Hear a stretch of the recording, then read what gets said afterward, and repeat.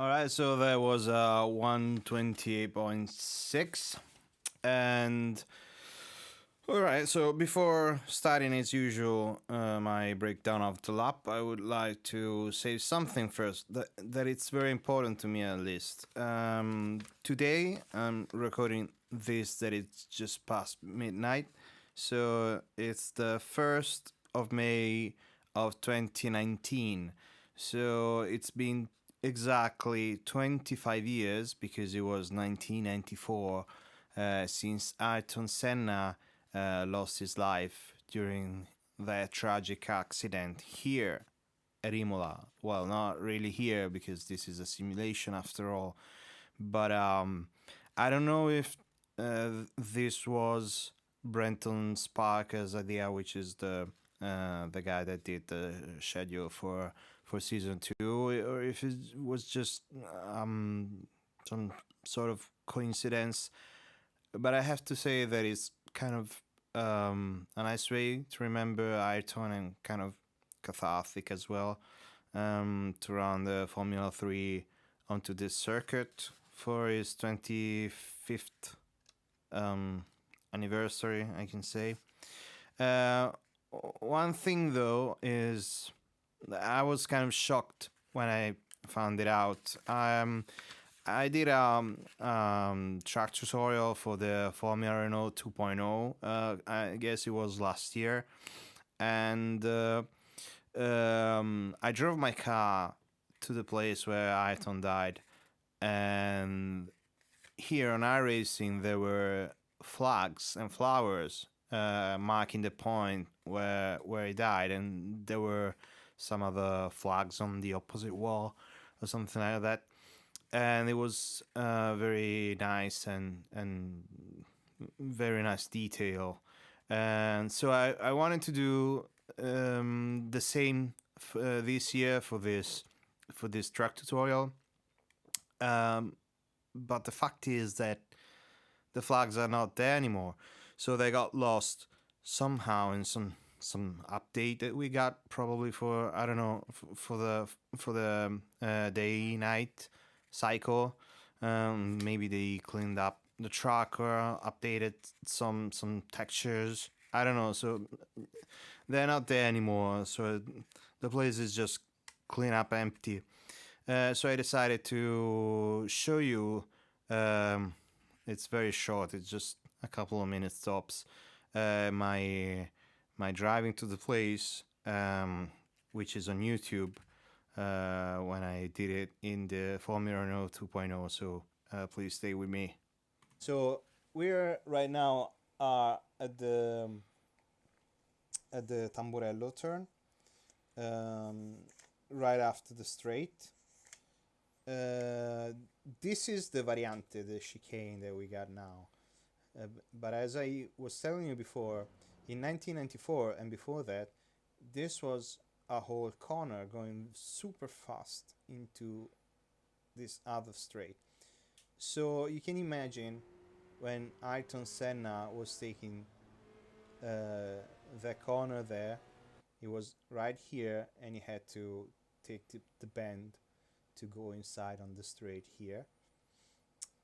And when something happened to his steering wheel, we don't know exactly. It seems like it got detached or it broke, so he couldn't steer anymore. And he hit the wall right here. And as you can see, we can see here there are still flowers and Brazilian flags from fans, or I don't know, maybe iRacing put them there. I don't know. I like to think that, and I maybe will go and check it out next time I will be at Imola. But I like to think that if we go there, they will still be there. All right, so that was it. That's a place where Ayrton died, and it's just after turn 1, which is actually turn 2, 3, and 4, because this here is turn 1. But it's after the Variante del Tamburello, so it's quite easy to spot and to find. Just follow the line out of the track. So all right, let's get back to business. And this is the lap. We were saying 128.6. Let me just rewind a little bit. It should be here. All right. This time I rounded up on an official practice session. I was not alone. There was just one car, maybe two, but the track was pretty green, so they just entered the session, and it was, as you can see here, it was 6:18. So it was just 20 to 30 minutes into the session, so it wasn't that much. It was pretty green, and 19 degrees. This one was pretty cold. I tried on another one, and it was 25 degrees, something like that. So there will be some excursion of temperature during the race. Yeah, we will see. Anyway, so let's take on with the lap, and this is turn 1, and we're heading into turn 2, 3, and 4, which is the variant of the Tamburello, where the only thing we have to make sure here is that we just keep the car straight into this corner, just to minimize scrap and taking the shortest trip to the next corner. And then when we get close to the 100-meter mark, there's a kink here, so we want to keep on braking straight, so the car has to stay straight. But we also need to get to the right side of the track, so just stay slightly inside, and brake in a straight line.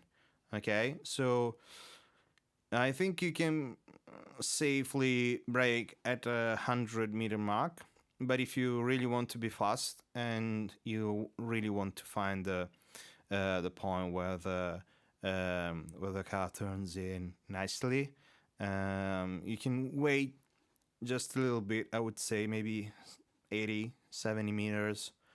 So it's just a moment, a glimpse after the 100-meter mark, and you brake down hard into third gear. As you can see, I went 100% with the brakes. Sorry for the cursor, I always forgot about it. But I braked hard, and then I released the brakes while I was turning in. Okay, so it's a quick downshift, and then you keep on trail braking slightly going into the corner. As you can see here, I'm still keeping my foot on the brakes while I'm opening the gas here. Uh, this car doesn't like curbs, as you might have understood racing it. And if you're new, you will probably tempted going over the curbs, especially if you come from the Formula Renault 2.0, from maybe the F3. Don't do it. Really, seriously, just don't do it. Do it at your own risk, and the risk is frustration, because it will be just impossible to keep the car straight. The lap before this one, I was here. Oh, sorry, I was here.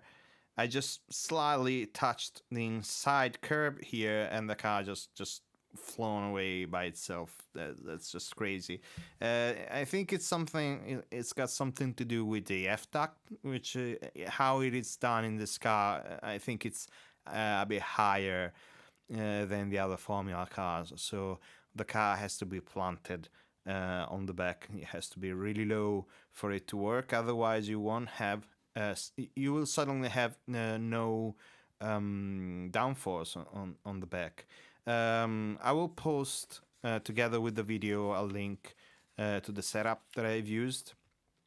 It should be a little bit easier to drive over the curbs. It should be a little bit more stable than to my usual baseline that I've posted on the forums. So I invite everybody to go and check it, because I've also written a nice guide on how to modify these setups to your likings, so they can adapt to your driving style.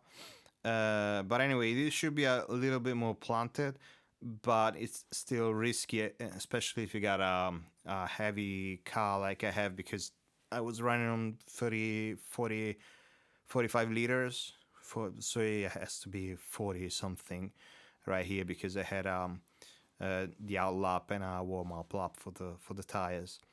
So yeah, you want to pick up the gas here, and remember that if you don't feel safe or confident going above this curb here, and if you feel the car is going too much on the inside, you don't have to keep the foot down.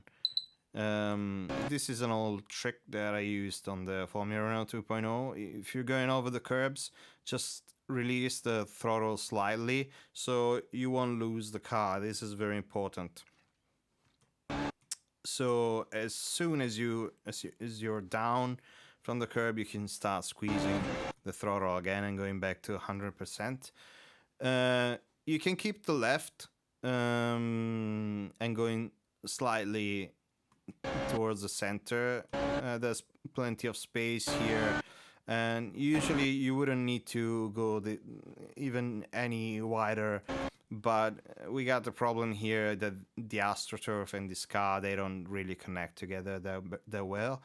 So you always want to avoid getting onto the AstroTurf at a too steep angle. Otherwise you risk losing your back.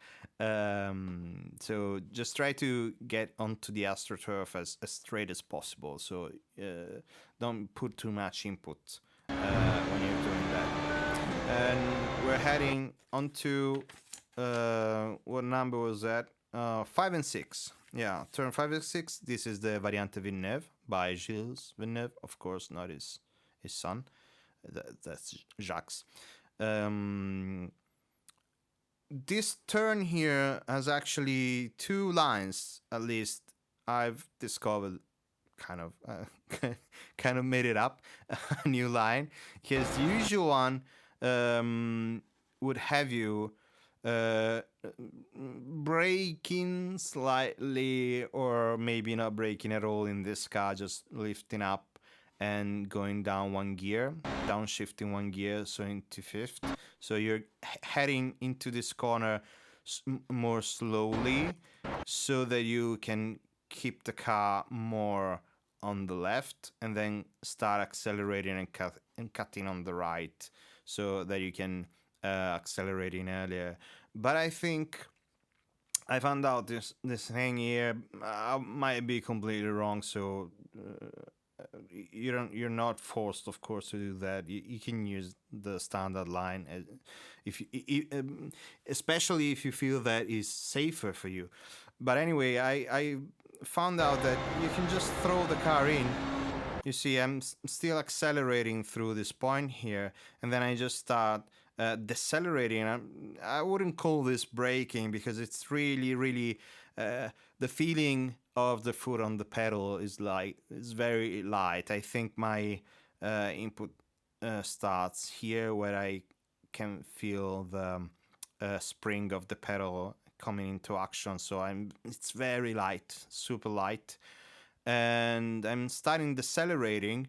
So I just want to keep the car straight so I don't lose it. I'm decelerating, and when the car is actually straight and I can straighten up the wheel, then I can start braking harder, as you can see here. This is very important. So you're kind of braking in two stages. You're decelerating while going in, and then when the car is straight and you're after the first apex, you put the foot down. Not too much, of course, because you're still using the steering wheel, but you start decelerating, going down into third, and you're still getting advantage of all the aerodynamic that you've got, and you just let the car go and pick up the throttle very lightly. Don't overdo that. I've done it because I kind of feel confident with this car and with the setup. But if you don't feel like that, just let it go. Just wait for the car to stop bouncing and come down onto the asphalt, and then pick up the throttle slowly, really slowly. Try to get advantage of the aero moving forward. Then be careful over here. You can see here when I'm going over the curb, then I straighten up the wheel just a little bit more to avoid the Astro again, getting to the Astro and at a too steep angle.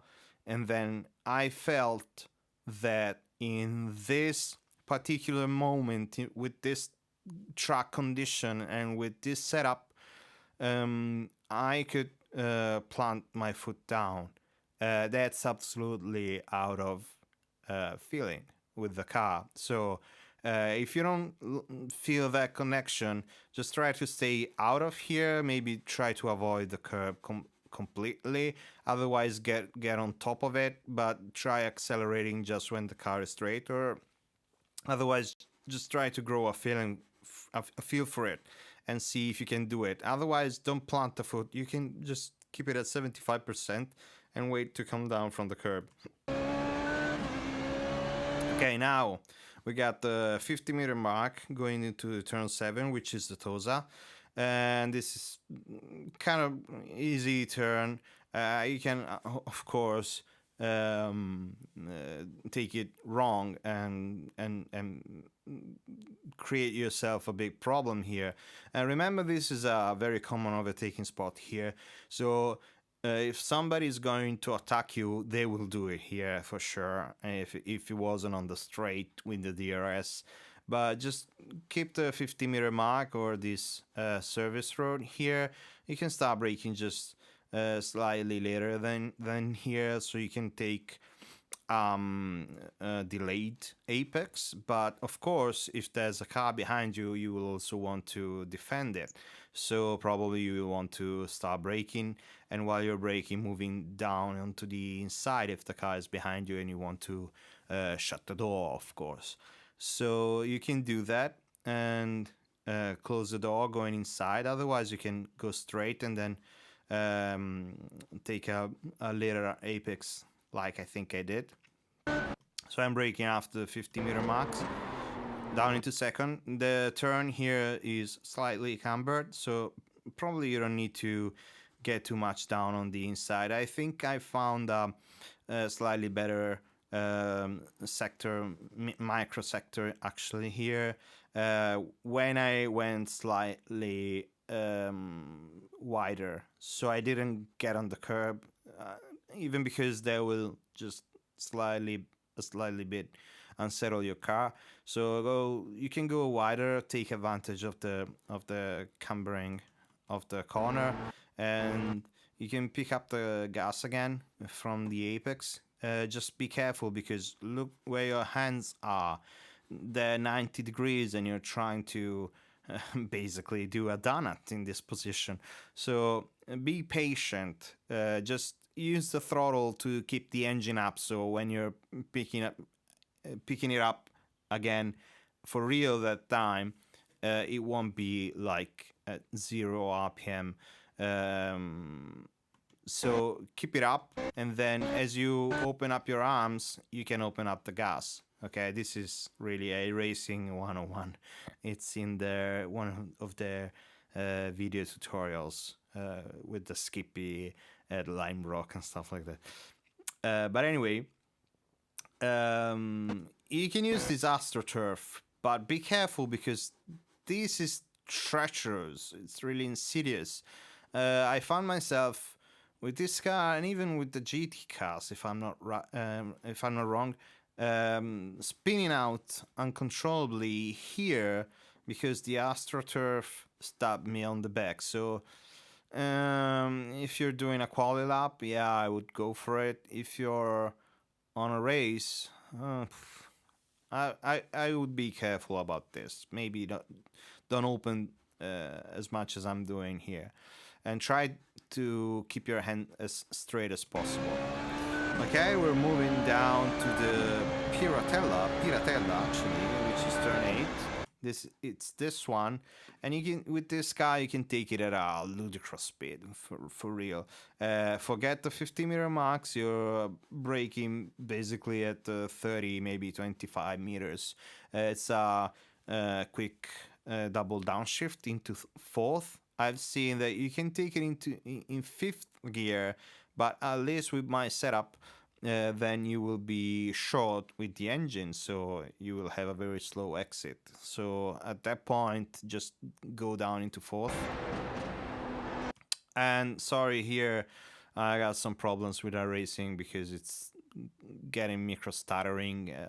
And I got micro stuttering there, but it wasn't that micro while recording the replay. Luckily, it's not that big in my helmet, but whatever. So just imagine that I just went into the apex of the corner and started picking up the throttle slightly before the apex. I'm sorry. So I just noticed it here while dubbing it, doing the voiceover. Okay, so this is a very tricky and challenging corner. Usually, not in this car, the Acque Minerali. Sorry, don't let me have the British accent. Acque Minerali, which is turn 9 and 10, and usually you get in very careful, and you're probably losing your back. Not here. You're just heading straight to the apex. Full throttle, and then I'm starting braking here, but I got a feeling that in the next few days I might start braking even slightly later. And what you want to do is, just as we did with Variante Villeneuve, you want to start decelerating. You're not braking, you're decelerating. So use the throttle. Remember that the car is not straight. So if you're locking up, if you're braking too much, the car will go outside, and that's not good.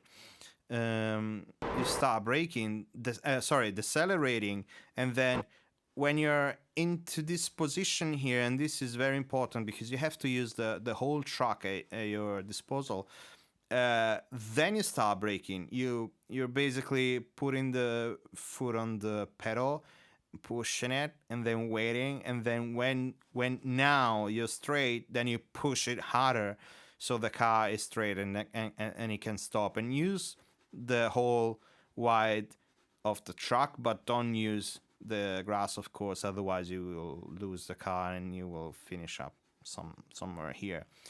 But you go down into third, you enter this corner again. Be careful, very careful about the curbs. And then try to see if you can go back on the throttle before the apex. So maybe I can show you.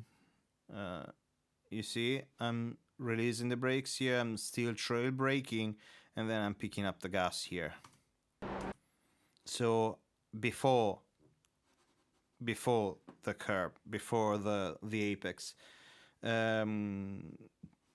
have a like a little bit of delay on the engine because we're a bit low with the RPM, so you need a little bit of time before the torque kicks in. So you start accelerating and again squeeze the pedal, don't just slam it down, just squeeze it and try to get a feel for the coordination between your right foot and your hands opening up on the steering wheel. And then be very careful here because that's a fine from the police here. If you go over here, it's a 1 incident point and you lose stability as well. But if you want to accelerate really hard and not risking losing the car because you're going over a hill and you know the F-duct, blah blah blah, I said that already, you're losing the back in this car, you want to not go to the left following the corner, but you want to go straight. You go straight, you let the engine express itself, and then you can turn in later when you get more aerodynamics at your side. So you see, I'm going outside and then turning in later, so I don't have that much torque anymore. And then we're going down to Variante Alta, which is turn 11 and 12. This is another mind-blowing corner with this car. You basically get to the 50-meter mark and brake really hard down to second, and you have to abuse the first curb but try to avoid as much as possible the second. I think I hit the second curb on this run. It would have been better and faster if I would just avoided it completely, and then I could pick up the throttle much earlier. So you're abusing the first curb, as you can see, and this is, I'm using this just to keep the car stable, you know, because the differential on this setup here, when you're on throttle, the car is more planted. When you're off throttle, the car is looser. So in this case, I wanted the car to be tighter so I could control the turning into the second corner and the weight transfer, of course. So I think, I've used too much of this curb, so don't do like me. Try to stay wider here. You see, because you're bouncing here, so you can't accelerate as much as you want because the car is still bouncing and you don't have the grip, and it's a tight corner and you risk spinning it. So try to go outside of the curb so you can pick up the throttle before here and go straight. And also you have to note that usually the track ends at the white line, not here. For some reason the track ends here. I don't know what iRacing is thinking, because this is all trial and error thing about finding these things and stuff, but you can run very wide. Just keep in mind, don't leave the curb here, otherwise you will get the fine from the police, from the iRacing police. Keep the car straight, and then you can start accelerating. This AstroTurf should have enough grip, so it shouldn't betray you. But if somebody should betray you, that's definitely this part here. Sorry, here, this part here, which is bouncy, and this car doesn't like bouncy. Okay, so we're leaving Variante Alta and we're heading towards turn 13, 14, 15, which is Ivazza. Cut the corner here. This is easily full throttle, and this is another mind-staggering corner. You basically start braking slightly before the 50-meter mark, As you can see, you brake hard. I'm actually 100% here. Braking really hard, going down into third. And then, yeah, I should have actually started braking slightly earlier than that. And heading into the corner, you keep on trail braking as much as you can. Okay, I think you can get a little bit more of curb. You can put your wheel over here. The car shouldn't react badly, I think. But be very careful about the exit curb, because this curb here is treacherous. Right? So be gentle here. If you don't feel like slamming the throttle down, don't do it. If you don't feel like using all the curb that I'm using, don't do it. Especially if you're on the race, try to stay a bit more inside. Then the only thing you have to do here is just release the throttle, and when you release the throttle, you will unlock the differential, and the car will just throw itself down into the corner. I've done it slightly a bit too late here, so what I wanted to do was actually to go over the curb with my front left over here, so I could cut the corner and get some more speed. I couldn't do it, so whatever. And then pick up the throttle. Be careful, if you go over the curb, you have to wait for the car to stop bouncing. Always remember that. Then squeeze the throttle. Remember where your hands are, because you're turning almost full lock in that turn. And then absolutely avoid this curb here, because this is tall and bad, and I've spun in here like tons of times. Oh, look, there's a car here in the mirror. So just avoid this and head down to the straight, and the lap is done. And there was a 128.6, as I said. Maybe it can be better. It's the first day of the week, so it will be better by the end of the week. But I think it's a good overview of the track and what to expect from it. All right, so that's it. Thank you everybody for your patience if you got this far into the video, and see you on track and have fun.